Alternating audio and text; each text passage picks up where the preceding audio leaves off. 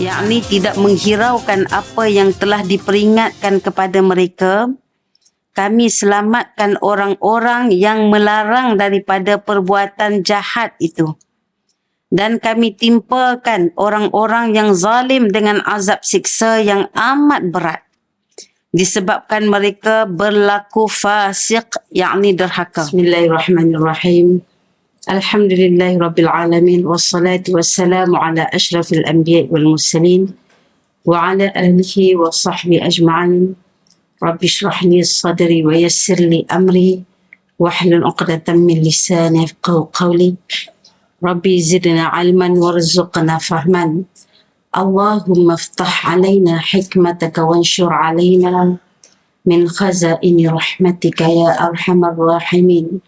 Allahumma inna na'udzubika min ilmin la yanfa' wa min qalbin la yakhsha' wa min nafsin la tashba' wa min amalin la yurfa' wa min da'watin la yustajabu laha.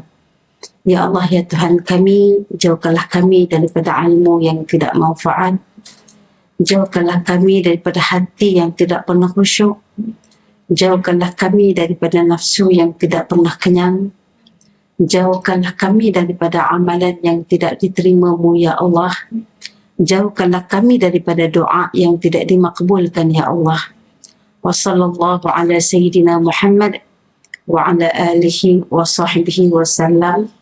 Walhamdulillahi rabbil alamin. Alhamdulillah. Syukur kehadrat Allah Subhanahu wa taala dari limpahan rahmat dan kasih sayang Allah kepada kita, sehingga setiap kali pertemuan kita diberi peluang sangat baik. Masya Allah, tabarakallah. Bahkan setiap sesuatu yang terjadi itu penuh dengan hikmah dan kebaikan yang Allah Ta'ala ciptakan buat kita, insyaAllah. Sebetulnya memang hari ini saya benar-benar cuti. Sebetulnya. Cumanya sampai tengah hari je lah cutinya.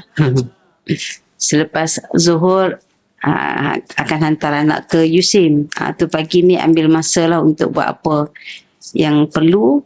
Tapi ala kulli hal, Allah Ta'ala nak suruh buat kerja juga. Buat kerja juga. Jangan duduk saja kat rumah. Allahu Akbar.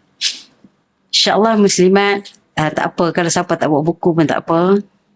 Dengar nota dah ada. Hari ni hari kita menulis. Bukan hari memandang guru, hari menulis, insyaAllah. Okay. Mungkin pada masa-masa yang akan datang, muslimat, jika saya sebagai pengganti, insyaAllah muslimat bawa buku. Kalau Kak Salwa sempat bagi tahu lah, bawa buku dan juga buku selawat, insyaAllah. Ya, sebab apa saya nak insyaAllah 10 minit masa kelas kita akan berselawat ramai-ramai mengikut buku 25 selawat yang disusun oleh Sayyid Abuya Muhammad Alawi Al-Maliki Al-Hasani. Saya guna nama tersebut yang dinamakan oleh Syekh Nurdin Marbu Al-Banjari kepada anak kembar saya, masya-Allah. Namanya Muhammad Alawi dan Ahmad Hasani. Moga keberkatan daripada para guru, para ulama, insya-Allah kepulangan mereka nanti bakal menjadi di antaranya pendakwah-pendakwah kepada ummah dan masyarakat, insya-Allah. Mohon doakan daripada muslimat, saya minta doa sungguh buat anak-anak, insya-Allah. Okey, jadi muslimat yang dirahmati oleh Allah, hari ini kita dengan buku 40 kisah menarik dari Al-Quran, muka surat 31, tajuk yang ke-13, iaitu berkenaan satu ayat Al-Quran. Muslimat ada aplikasi dekat handphone kan? Al-Quran, buka surah Al-A'raf ayat 164 sampai 166. surah Al-A'raf. InsyaAllah walaupun kita tak ada buku, kita ada ayat Al-Quran untuk kita sama-sama tekun insyaAllah.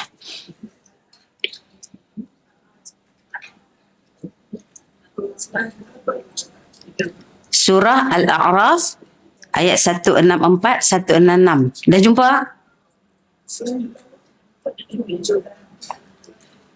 Okey. Muslimat yang dirahmati oleh Allah Subhanahu wa taala. Oleh kerana ayatnya agak panjang muslimat, saya baca pada maknanya insya-Allah.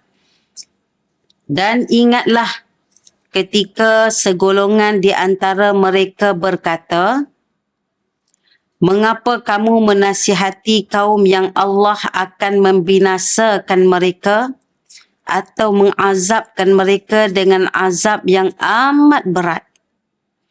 Orang-orang yang memberi nasihat itu menjawab, nasihat itu ialah untuk melepaskan diri dari bersalah kepada Tuhan kamu dan supaya mereka bertakwa. Maka ketika mereka melupakan, yakni tidak menghiraukan apa yang telah diperingatkan kepada mereka, kami selamatkan orang-orang yang melarang daripada perbuatan jahat itu. Dan kami timpakan orang-orang yang zalim dengan azab siksa yang amat berat. Disebabkan mereka berlaku fasik, yakni derhaka. Maka setelah mereka berlaku sombong, tidak mengambil endah kepada apa yang telah dilarang kepada mereka melakukannya, maka kami katakan kepada mereka, jadilah kamu sebagaimana kera yang hina. Okey. Kisah di sebalik ayat ini.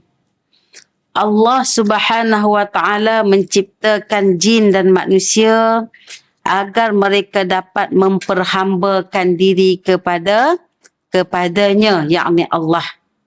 Wa ma khalaqtul jinna wal insa illa liya'budun. Tidaklah aku ciptakan jin dan manusia ini kecuali tak ada sebab-sebab lain. Allah Ta'ala cipta jin dan manusia bukan saja-saja nak cipta, bukan saja-saja nak suruh duduk buat kerosakan atas muka bumi, bukan. Tapi Allah Ta'ala cipta jin dan manusia ini adalah tujuan Allah untuk menguji hamba-hambanya dengan beribadah kepada Allah Subhanahu wa taala. Sebab tu kalau Allah Ta'ala cipta manusia tujuan untuk beribadah, Allah Ta'ala sertakan komponen-komponen untuk beribadah kepada Allah. Lalu Allah Ta'ala ciptakan komponen yang paling utama kepada jin dan manusia adalah akal. Akal kita. Kalau tak ada akal, tak payah sembah Allah. Betul? Daripada diangkat kalam pada 3 perkara kan, daripada orang yang tertidur, daripada sehinggalah dia terjaga, daripada baby sehinggalah dia balik, itu semua yang tak sempurna pada akal. Daripada orang yang gila sampailah dia jadi waras. Itu komponen penting tu. Kalau tak ada akal, wa imma ada mata, wa imma ada telinga, tak disuruh untuk beribadah. Sebab apa? Akal tak ada. Ada kan kita jumpa macam tu kan? Tapi kalau ada akal, tak nampak, telinga mendengar, akal ada, tetap tak kena? Tetap kena. Dia mendengar seruan daripada Allah dan dia boleh berfikir dengan jelas. Kalau mata nampak, telinga tak mendengar, tapi akal ada dan dia melihat bagaimana orang menyampaikan seruan Allah, para nabi menyampaikan seruan Allah, dia melihat dengan jelas, lalu dia boleh berfikir, maka dia kena tak? Kena. Tapi kalau akal ada, mata tak nampak, telinga tak dengar, dia tahu tak apa yang berlaku di keliling dia. Maksud kata tak terima. Akan tak terima. Maka tak perlu. Macam tu. Ada juga orang akal ada, pendengaran ada, penglihatan ada, tetapi duduk jauh daripada manusia yang akan sampai kepadanya. Maksud kata dia duduk di pergunungan, tak ada orang yang ada di keliling dia nak menyampaikan risalah Allah, maka orang ni pun tak dipertanggungjawabkan juga. Sebab tak ada seruan yang sampai kepadanya. Tetapi komponen tu dah ada. Syarat-syarat utama adalah adanya akal. Allahu Akbar. Setiap hari, siang dan malam, pagi dan petang, kita wajib beribadah kepadanya. Wajib. 5 waktu. Tu yang ibadah khusus. Yang berkaitan dengan waktu, 5 waktu. Malas ke, rajin ke, acah-acah malas ke, semua kena. Wajib. Bila kata wajib tu, berkaitan dengan waktu. Biasanya setiap hari 5 waktu itulah. Zuhur, asar, maghrib, isyak, subuh. Yang menentukan kemalasan kita pula pada muasak waktu tersebut. Contoh, waktu maghrib bila kalau kita tengok bermulanya pada waktu maghrib bila tenggelamnya mega, kan? Tenggelamnya mega tapi cahayanya masih ada. Maka masuklah waktu maghrib. Bermula awal waktu ketika mana? Ketika 10 hingga 15 minit setelah masuk waktu. Itu dipanggil waktu yang afdal.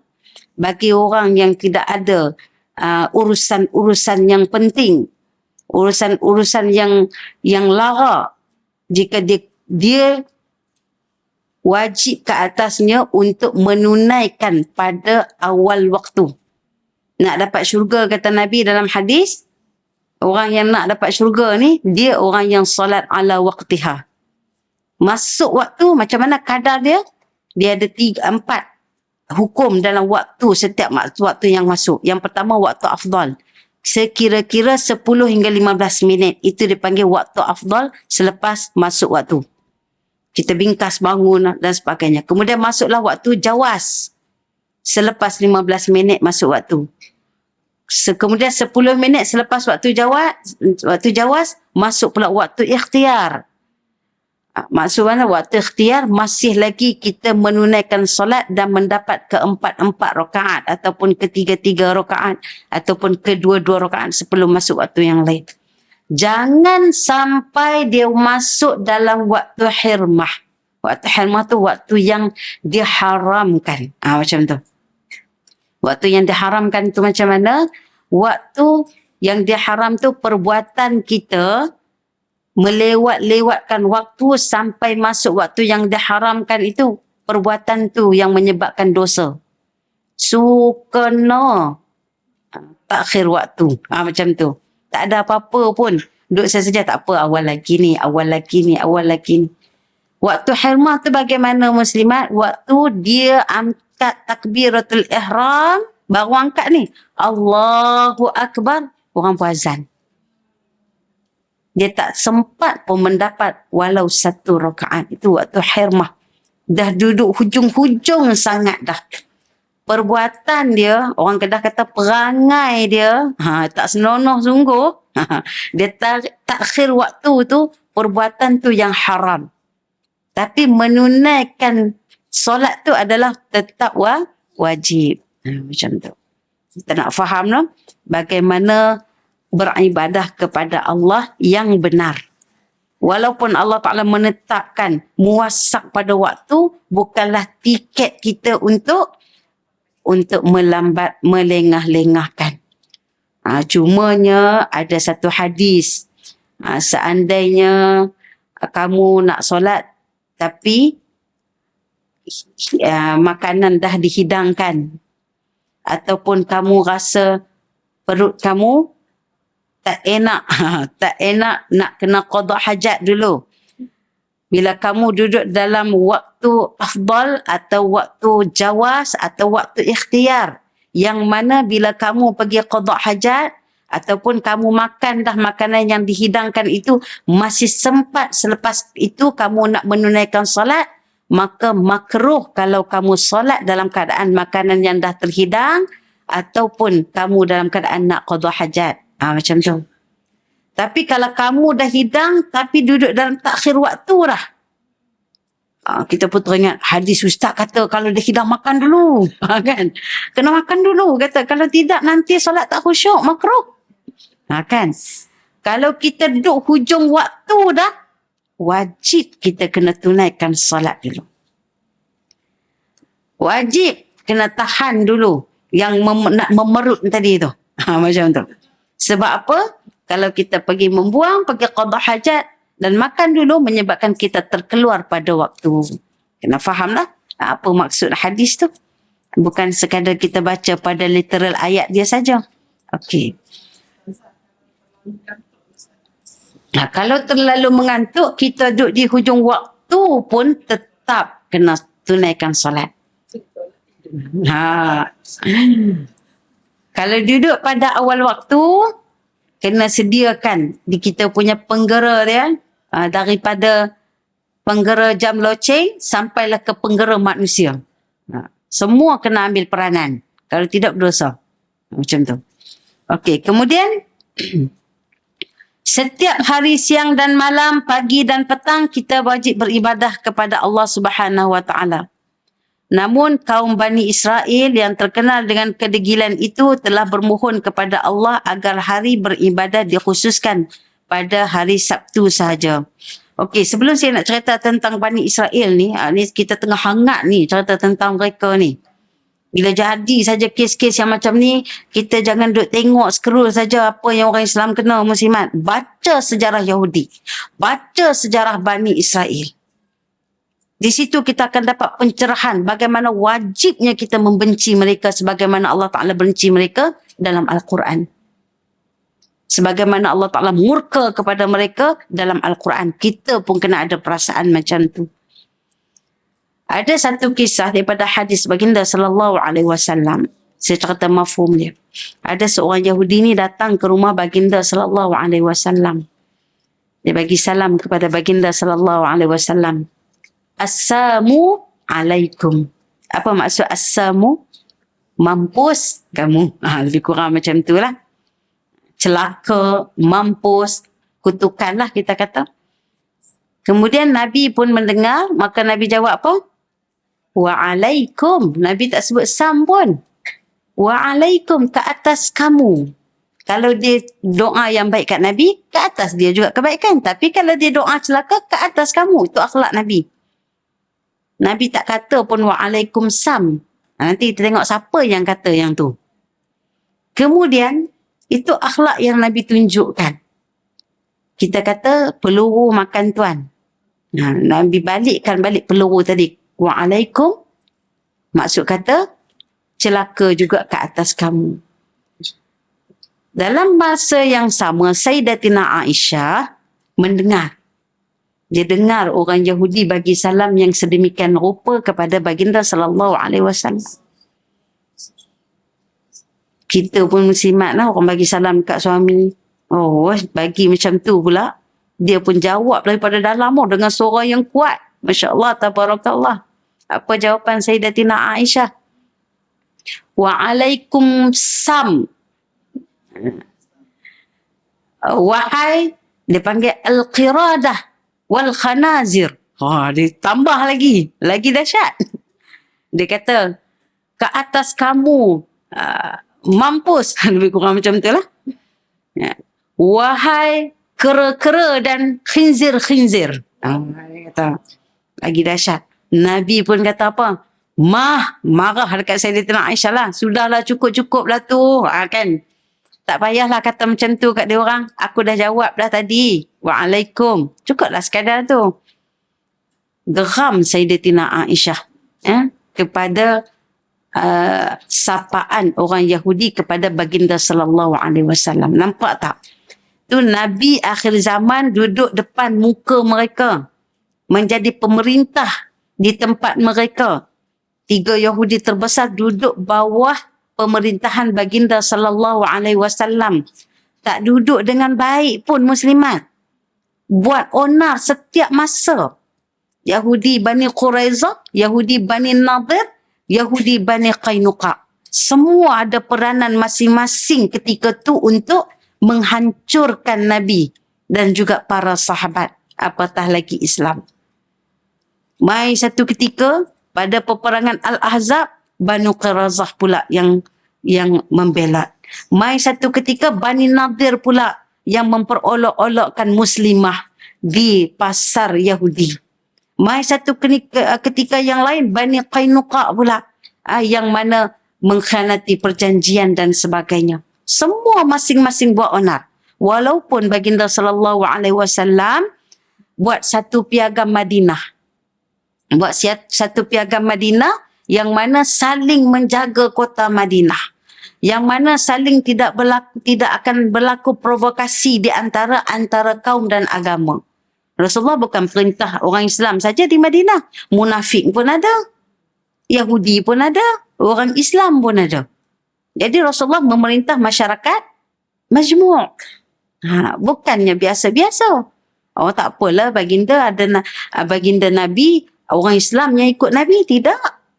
Baginda memerintah masyarakat majmuk. Dan semua tu di antara yang selalu buat onar selain orang munafik adalah orang-orang Yahudi.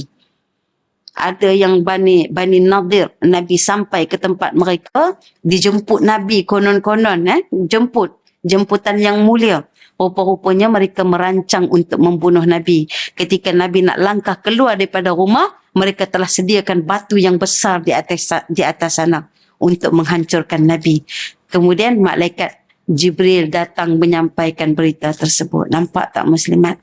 Setiap masa tu Nabi, baginda Nabi sallallahu alaihi wasallam yang ada depan mata tu.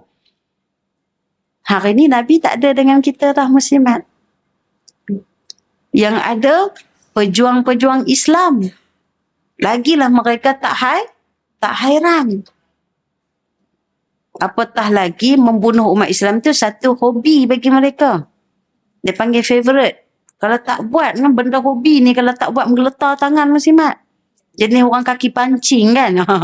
Isteri tak bagi pancing. Ya Allah, silap-silap. Joran tu tidur dengan joran. Macam tu lah dia punya hobi kan, kita kata. Allahu Akbar, Masya Allah, Tabarakallah.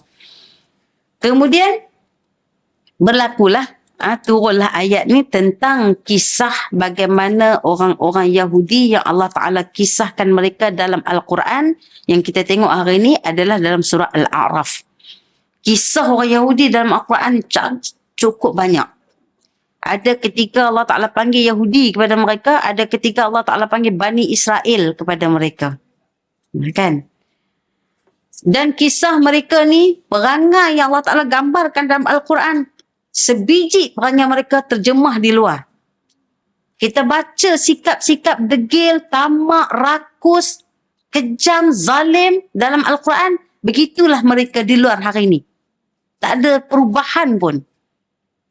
Kecuali yang sedikit saja yang mengikut perintah Allah. Mereka memang satu bangsa yang Allah Ta'ala janjikan tanah bagi mereka. Selagi mana mereka taat kepada Allah.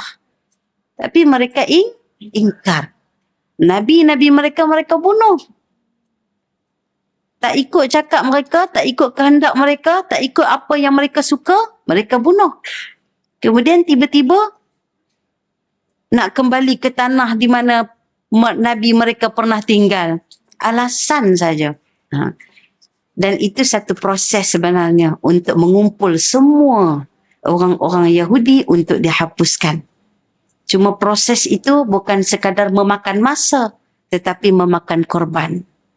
Allahu Akbar, Masya Allah, Tabarakallah. Okey, jadi kita tengok di sini. Kaum Bani Israel terkenal dengan kedegilan. Degil. Orang Kedah kata ketegak. Senang, sedap sikit dengar. Okey. Mereka telah bermohon kepada Allah agar hari beribadah dikhususkan pada hari Sabtu saja. Dia panggil holy day. Hari suci tu. Bukan hari kita cuti. holiday, hari suci bagi mereka. Sebenarnya bila Allah Ta'ala suruh kita beribadah kepada Allah, Allah turunkan kepada kita seminggu 7 hari itu, memang 7 hari lah kita kena beribadah pada Allah. Mana boleh skip-skip. Hari Sabtu, hari kita bersukaria. Contoh, hari tak mau solat, tak mau apa. Hari Sabtu tu je. Hari Ahad, okeylah start dah sikit-sikit solat ni. Tu pun bahagi-bahagi. Mana boleh macam tu. Setiap saat 24 jam Allah Ta'ala bagi kepada kita. Semua dalam 24 jam tu apa saja kita lakukan.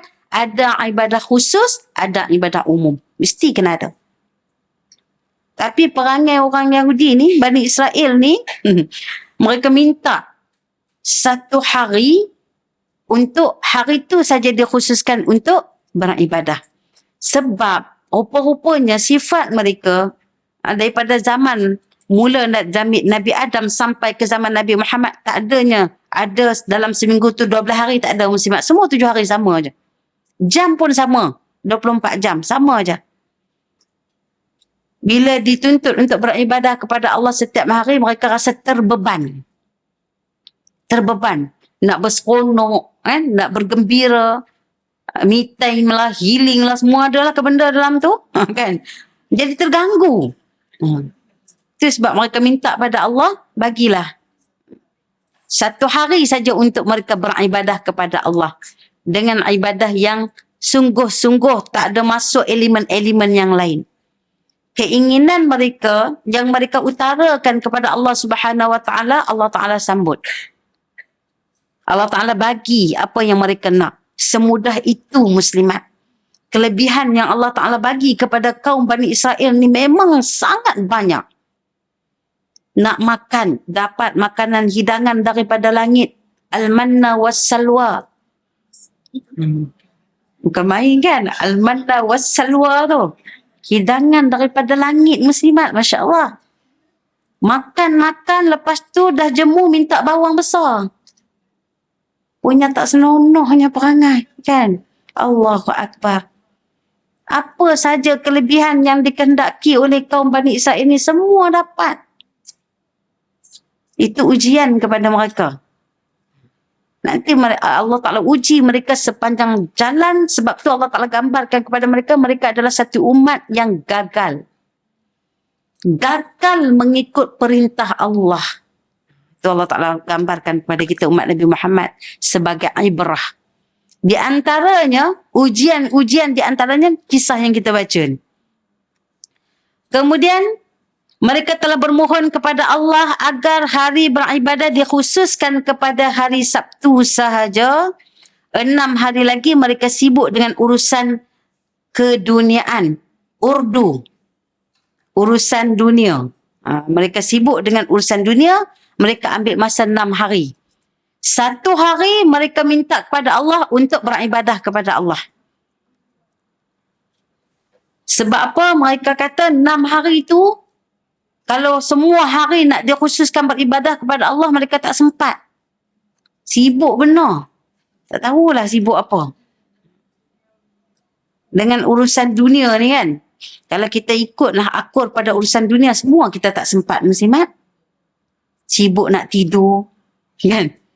Sibuk nak berjalan, sibuk nak makan. Sibuk nak coffee time dengan kawan-kawan. Orang pakai memang tak sempat belaka lah. Okey.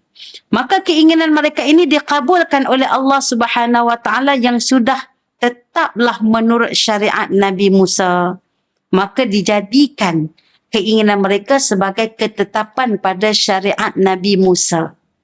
Iaitu pada hari Sabtu dikhususkan untuk mereka beribadah kepada Allah Subhanahu Wa Taala.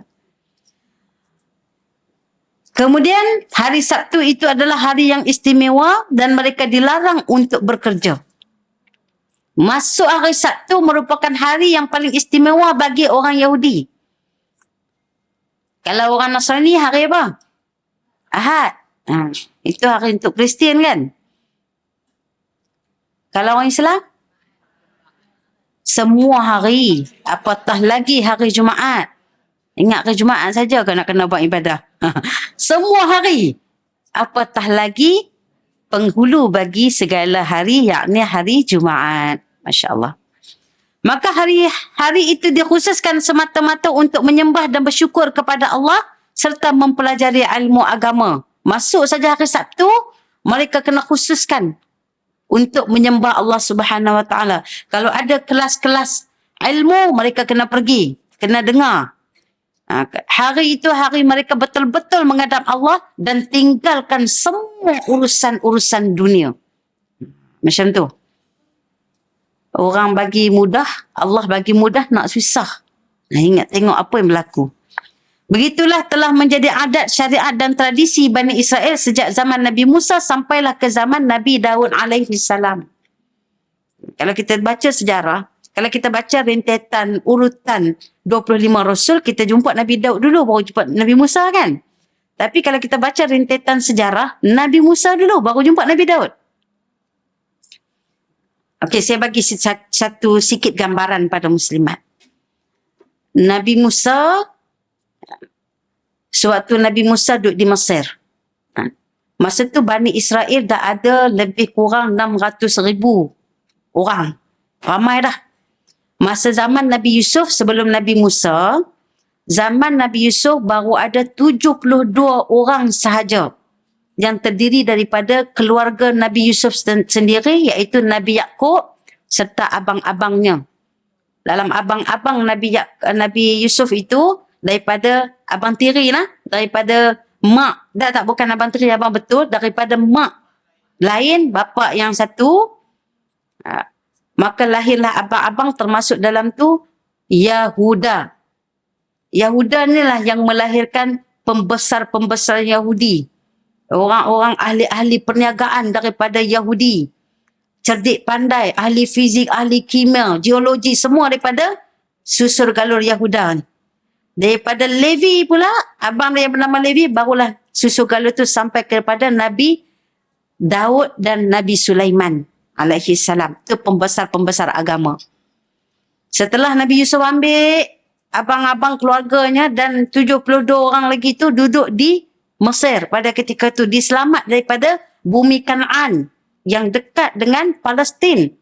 Bumi Kanaan tu satu tempat perbukitan di Palestin. Dibawa masuk ke dalam Mesir.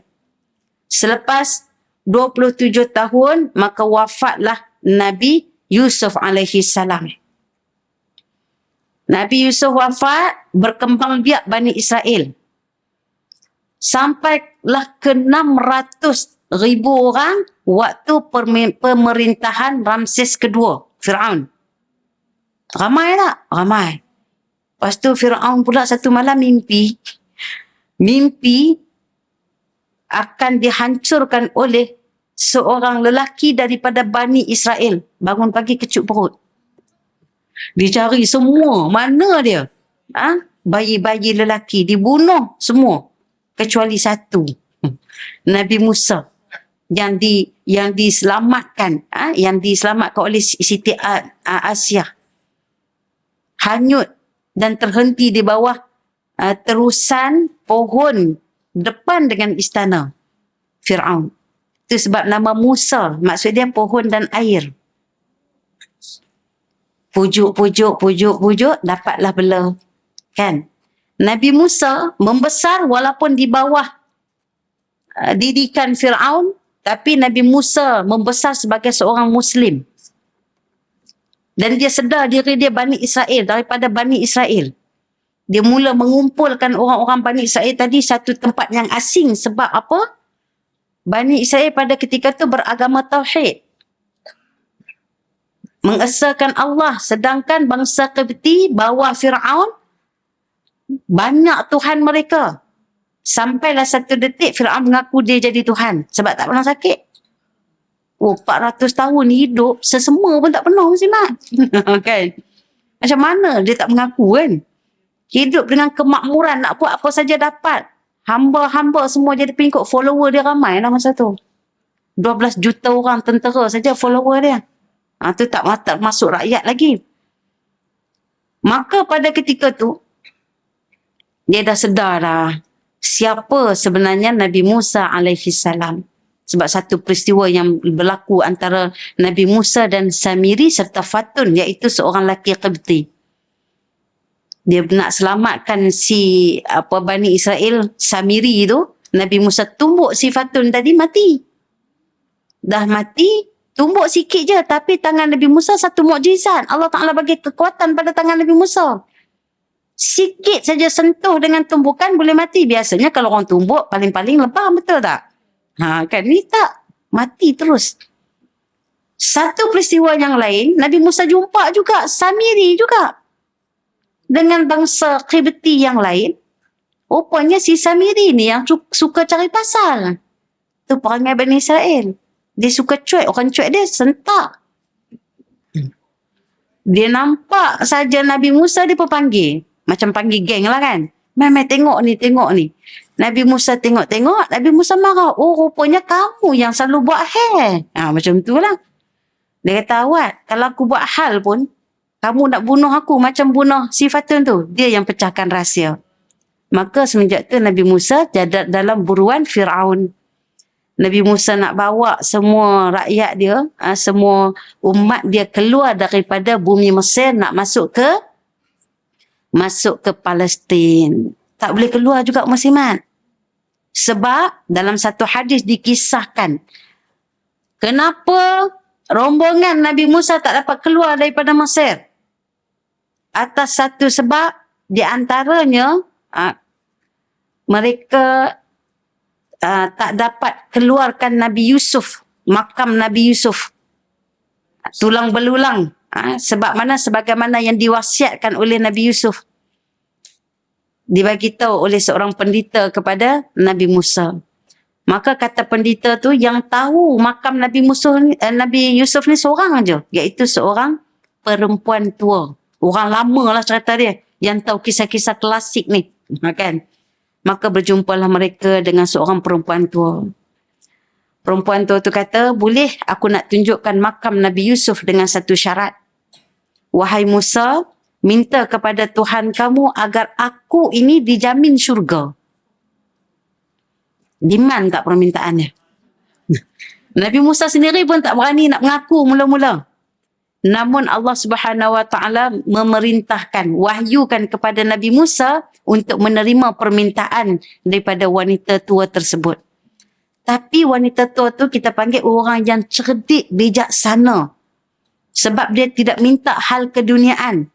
Ini menjadi asbab pada kita muslimat, kalau kita jumpa orang-orang soleh, jumpa para alim ulama, para waliullah, jangan duk minta hal dunia, malu.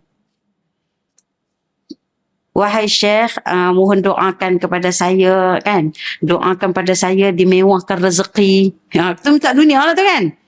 Dicambahkan anak pinak, kan. Kemudian diberi kekayaan urusan dunia dan akhirat. Konon-konon. Malu muslimat. Minta apa? Ya Allah, wahai Syekh, mohon doakan pada Allah. Keberkatan dengan doa kamu, wahai Syekh. Moga-moga Allah Ta'ala ampunkan seluruh dosa-dosa saya. Allah Ta'ala tempatkan saya bersama para siddiqin, para anbiya, para mursalin. Itu yang kita nak. Kita kena bijaksana sikit dalam berdoa tu. Dalam minta doa kepada orang saleh, kena jadi bijaksana sikit. Jangan minta hal dunia. Minta hal akhirat. Hal dunia ni, soal rezeki, soal ajal, semua jaminan Allah dah. Minta hal akhirat. Allahu Akbar, Masya Allah.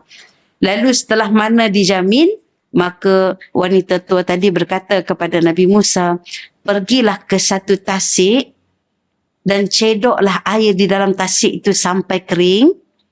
Maka setelah kering, disitulah adanya makam Nabi Yusuf. Ambillah tulang belulangnya, bawalah keluar daripada negeri Mesir.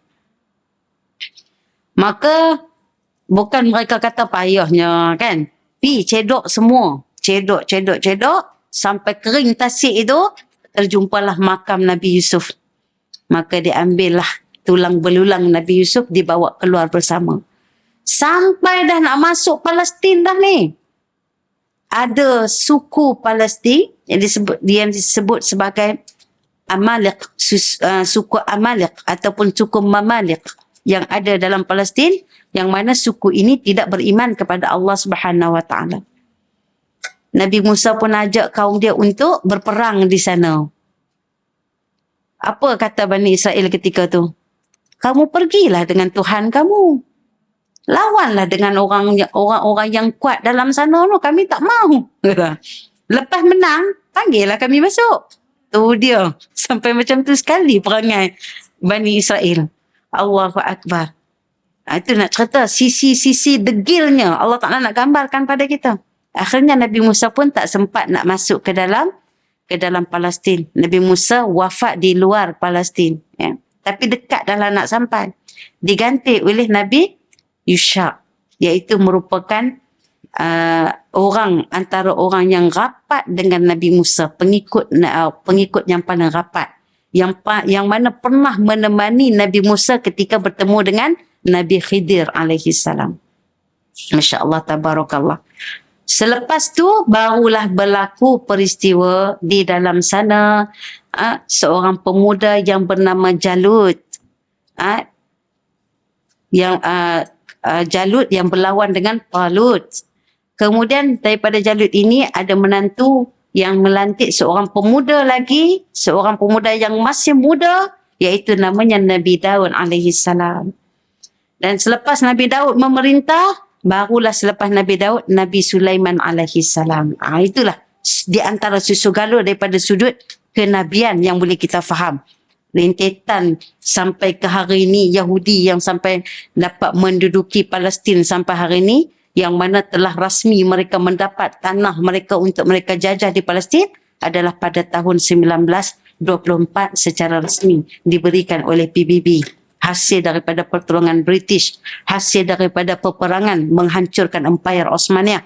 Hancurnya Empire Osmaniyah secara resminya pada 1908 digulingkan Sultan Abdul Hamid. Kemudian pada tahun yang seterusnya 1918, 1924 maka resmilah diserahkan Palestin kepada orang-orang Yahudi. Sebab apa? Tak berlaku pada zaman Sultan Abdul Hamid, tak berlaku penyerahan Palestin. Sebab masa ketika tu ada seorang Yahudi yang besar, orang Yahudi yang berpengaruh, tokoh Yahudi yang berpengaruh yang namanya Theodore Herzl. Dia datang berjumpa dengan Sultan Abdul Hamid dalam keadaan yang sangat tawaduk lah konon-kononnya. Wahai Sultan, kata dia, bagilah sedikit sebidang tanah kepada kami orang Yahudi untuk kami bercucuk tanam saja di sana. Itu yang pertama alasan dia. Yang kedua, supaya kami dapat mengenang para nabi kami yang pernah ada di sana, yang pernah bermihrab di sana. Ramai nabi di sana yang bermihrab. Nabi Zakaria di sana, Nabi Musa, Nabi Sulaiman, Nabi Daud. Rupa-rupanya cita-citanya besar. Macamlah mereka tak tahu umat Islam ini dihadiahkan Al-Quran sebelum tu lagi. Dan semua umat Islam ni baca Al-Quran. Tahu dah selok-belok perangai mereka. Sebab tu kata Sultan Abdul Hamid, sesungguhnya tanah milik Palestin ini bukan orang Palestin saja yang miliki. Tetapi seluruh umat Islam yang ada di muka bumi ini, itu milik mereka. Dan sesekali aku tidak akan menyerahkan kepada kamu walaupun sejengkal tanah aku takkan serah. Kalau nak juga langkah mayat aku dulu. Sebab itulah di antaranya asbab mereka menghancurkan Empire Osmaniyah. Hancurnya Empire Osmaniyah ni bukan kita kata yang sebagaimana yang digembur-gemburkan keterlaluan, hidup dengan dunia, dengan perempuannya dan sebagainya. Sebab apa yang terakhir Allah Ta'ala kurniakan kepada kita ketika itu, khalifah yang memegang agama yang terkuat adalah Sultan Abdul Hamid. Adapun selepas itu, semuanya dah berada dalam genggaman mereka. Allahu Akbar, Masya Allah, Tabarakah. Sampailah hari ini muslimat, no? Kita faham, itulah perangai mereka. Kemudian, pada sebuah kampung yang terletak di pinggiran Laut Merah yang bernama Kampung Ailah. Di situ terdapatlah perkampungan Bani Israel. Mereka itu juga menjalankan syariat yang menjadikan hari Sabtu semata-mata untuk beribadah kepada Allah Subhanahu Wa Taala. Dan tidak jauh daripada pantai perkampungan itu terdapat 2 buah batu besar putih yang warnanya di dalam laut. Setiap hari Sabtu kelihatan ikan yang sangat banyak di permukaan air, tidak seperti hari-hari yang lain. Kalau kita baca ayat Al-Quran tadi tu, kita akan jumpa 3 puak di sini pada Bani Israel. Satu puak yang ingkar, maksiat. Kedua, orang yang tak nak ambil spotting, geng spotting. Kamu nak buat maksiat ke, tu kamu punya hal. Kubur asing-asing. Macam itulah kan. Kalau dosa, kamu kena dosa. Kami tak. Dan yang ketiga, puak dipanggil saleh dan musleh. Puak yang ketiga ni adalah puak yang orang saleh daripada kalangan Bani Israel. Mereka ni dah saleh, kemudian nak tegur. Amar ma'ruf, nahi mungkar. Jadi yang nanti dia akan Allah Taala sumpah menjadi kera nanti ni 2 puak tadi. Pertama yang ingkar dan maksiat, dan yang kedua yang spotting tadi walaupun dia tak ikut. Sebab dia ada hilah apa yang berlaku kepada mereka. Kemudian Allah Taala bagi ujian. Bila hari Sabtu saja muslimat akan ada batu putih di dalam air, nampak bayang-bayang batu putih tu. Kemudian di situ berkumpullah ikan-ikan yang tak pernah ada pada hari yang lain. Punya banyaknya Allah Ta'ala bagi. Kalau hari lain mungkin bilis-bilis saja. Hari Sabtu saja ikan besar-besar berkumpul di batu putih. Jadi mereka yang puak-puak yang ingkar ni dia tengok, ya Allah, meleleh-eleh. Mai hari Sabtu je mesti istimewa punya ikan. Kan? Kita pun duduk, kalau kita pun di Selangor, di kat Port Kelang ke, kat Banting ke, lain ikan-ikan. Langkawi lain pula ikan. Sabah lagi lain. Kan? Tak sama, semua ikan tak sama. Allahu Akbar. Tapi Allah Ta'ala bagi dekat Bani Israel ni ujian kepada mereka. Bila hari Sabtu saja, pelbagai jenis ikan yang mereka tak pernah lihat datang. Macam tu. Allahu Akbar. Dari hari ke hari, tahun ke tahun, makin banyak ikan-ikan besar daripada Laut Merah yang datang ke 2 buah batu besar pada hari Sabtu. Yang ni yang menyebabkan selera mereka bertambah. Nafsu dan tamak dan keinginan untuk memakan ikan yang besar-besar itu menyebabkan mereka lupa kepada ajaran yang mereka sendiri minta kepada Allah Subhanahu Wa Taala. Lalu mereka pun berkumpul, bermesyuarat dan bertukar fikiran macam mana nak dapatkan ikan yang besar-besar tu. Sebab hari lain tak ada. Hari Sabtu je ada. Jadi mereka berkumpul. Muslimat tengoklah. Nak buat benda batil pun kalau mesyuarat boleh jadi yo. Dia punya meeting dia, kata terancang. Dia punya mesyuarat dia tu terancang. Boleh jadi benda batil kalau terancang pun boleh mengalahkan benda yang benar tak terancang. Kita kena pegang Islam tu biar terancang. Allahu Akbar. Mereka berkata, salah seorang daripada mereka, mengapa kita biarkan saja ikan-ikan besar sebanyak itu berkeliaran di hadapan kita di hari Sabtu ni? Sedangkan hari-hari yang lain kita bermati-matian sampai ke tengah laut yang luas mencari ikan.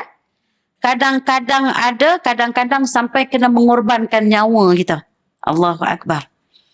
Dan kita tangkap semua ikan. Alangkah baiknya kalau di hari Sabtu tu kita tangkap semua ikan yang lalu di antara 2 buah batu itu, pasti akan mendapatkan ikan yang sebanyak-banyaknya dengan sangat mudah. Maka cadangan mereka itu diterima oleh mereka kecuali hanya beberapa orang saja tak terima. Sebab apa? Sebab kamu kata hari Sabtu untuk urusan akhirat.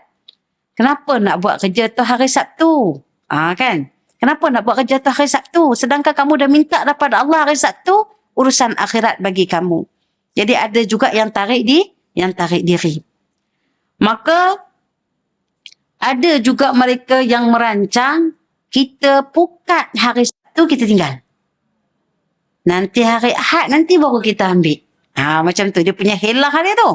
Dahsyat orang Yahudi ni.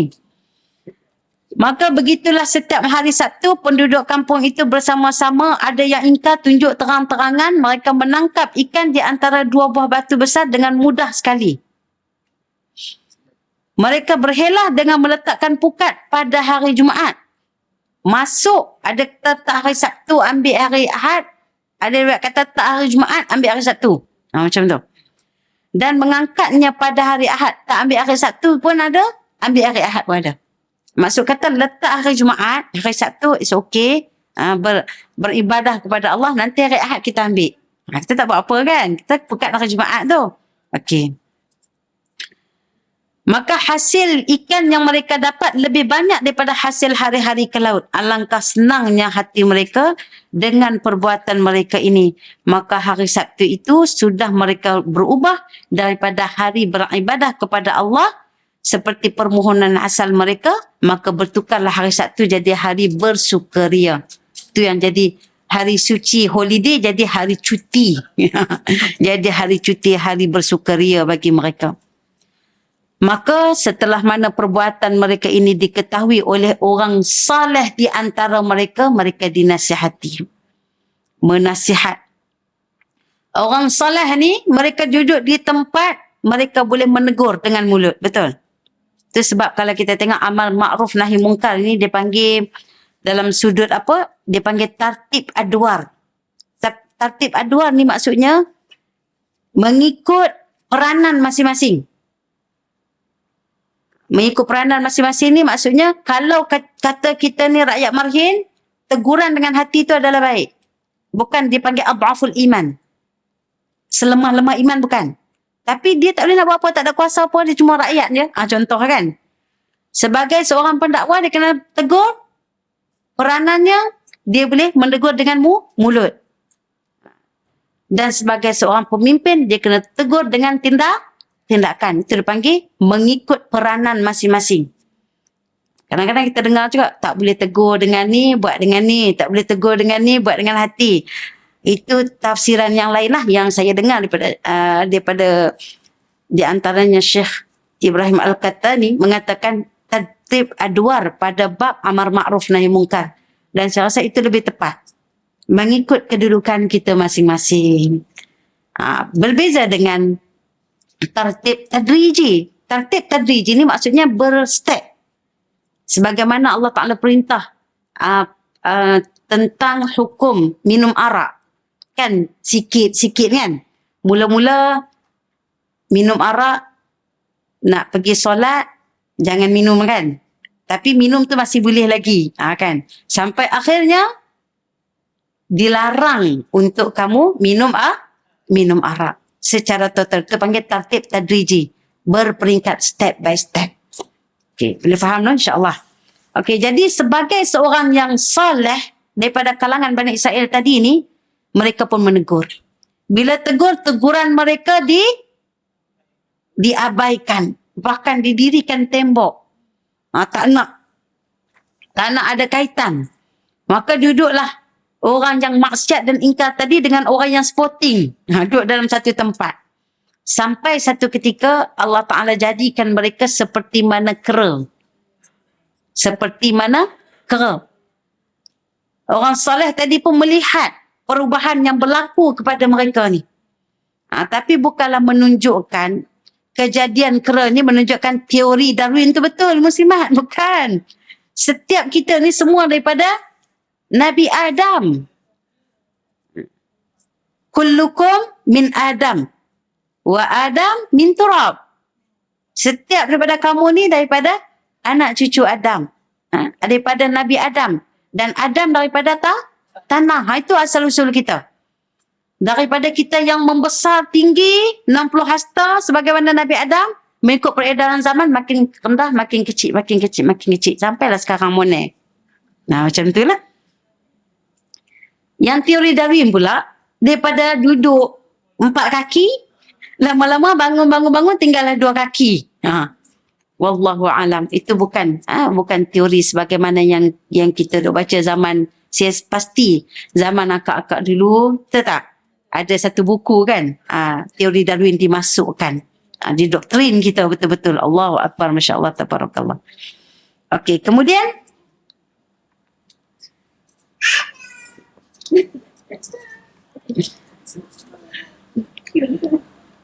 Untuk menghindarkan pertumpahan darah, orang-orang yang beriman memilih untuk bersetuju dengan cadangan mereka, lalu kampung itu dibahagi dua, maka jadilah kampung yang menetapkan orang-orang yang ingkar itu berpesta di setiap hari Sabtu. Adapun orang yang beriman selalu menasihati sesama mereka agar jangan mengikut dengan kaum yang ingkar, kerana semua itu akan berakhir dengan malapetaka daripada Allah Subhanahu Wa Taala. Nasihat orang mukmin juga semakin tidak dihiraukan oleh kaum yang ingkar, malahan mereka diejek, lalu orang-orang yang beriman menyerahkan hal itu kepada Allah. Nasihat dah. Sekurang-kurangnya mati Allah Ta'ala tak menyerah. Kamu orang soleh, kamu orang yang mampu tegur dengan mulut, kenapa kamu tak tegur? Macam tu. Maka tetapi Nabi Daud tidak mahu membiarkan begitu sahaja yang melanggar perintah Allah. Kisah Bani Israel berlaku pada zaman Nabi Daud. Nabi Daud terus-menerus menasihati mereka agar mereka kembali kepada ajaran agamanya, tetapi mereka hanya menggeleng dan mengejek-ngejek Nabi Daud.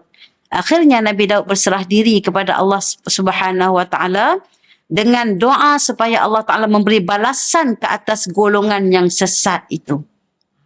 Nabi dulu jangan main-main, digeram-geram dia minta Allah Taala balas. Nabi kita Muhammad sallallahu alaihi wasallam sangat menyintai umatnya. Macam mana sekalipun, Allahu Akbar. Maka orang-orang yang ingkar itu rupa mereka semakin menjadi-jadi dan semakin tamak. Bahkan mereka bukan sekadar menangkap ikan, bahkan mereka mengerja segala macam dosa dan noda. Tabiat mereka berubah menjadi seperti kera, tidak tahu akan halal dan haram. Akhirnya ada riwayat yang mengatakan fizikal mereka juga, tubuh badan juga, mereka juga berubah menjadi seperti mana tubuh kera. Tubuh yang berbulu-bulu lebat, dan di seluruh tubuh badan mereka mengalami penderitaan, dan akhirnya mereka hidup tak lama, mereka mati. Mereka mati musimat. Orang yang Allah Ta'ala beri kepada mereka azab yang pedih ini, tapi tak lama keadaan perubahan yang berlaku pada mereka, akhirnya mereka menemui kematian. Itu sebabnya daripada hadis bagaimana Sayyidatina Aisyah jawab salam mereka tu, Waalaikumsalam ya al-qirada wal qanazir. Wahai kera-kera dan khinzir-khinzir. Sebab ada kisahnya. Di situ kita dapat memahami bagaimana kisah orang Bani Israel bertukar menjadi kera. Dan mereka sampai hari ini pun mereka tidak mengambil pengajaran daripada apa yang berlaku kepada mereka pada zaman dahulu, insyaAllah. Dan moga-moga Allah Ta'ala hancurkan mereka sehancur-hancurnya. Amin ya Rabbal Alamin. Bismillahirrahmanirrahim. Subhanakallahumma wa bihamdika ashhadu an la ilaha illa anta astaghfiruka wa atubu ilaih. Astaghfiruka wa natubu ilaih. Allahumma inna nas'alukal jannatal firdausil a'la wa ma yuqarribuna ilaiha min qawlin wa fi'lin wa niyyati wa i'tiqad. Wa na'udzubika minan nar wa ma yuqarribuna ilaiha min qawlin wa fi'lin wa niyyati wa i'tiqad. Ya Allah, ya Tuhan kami, kurniakanlah kepada kami jannatul firdausil a'la, dan apa-apa yang mendekatkan kami padanya ya Allah, daripada perkataan kami ya Allah, daripada perbuatan kami ya Allah, daripada pegangan kami ya Allah.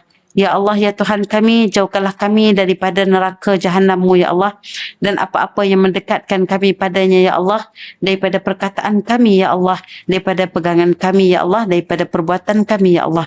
Wa sallallahu ala sayyidina Muhammad wa ala alihi wa sahbihi wa sallam, walhamdulillahi rabbil alamin. Taqabbalallahu minkum minna wa minkum, taqabbal ya karim.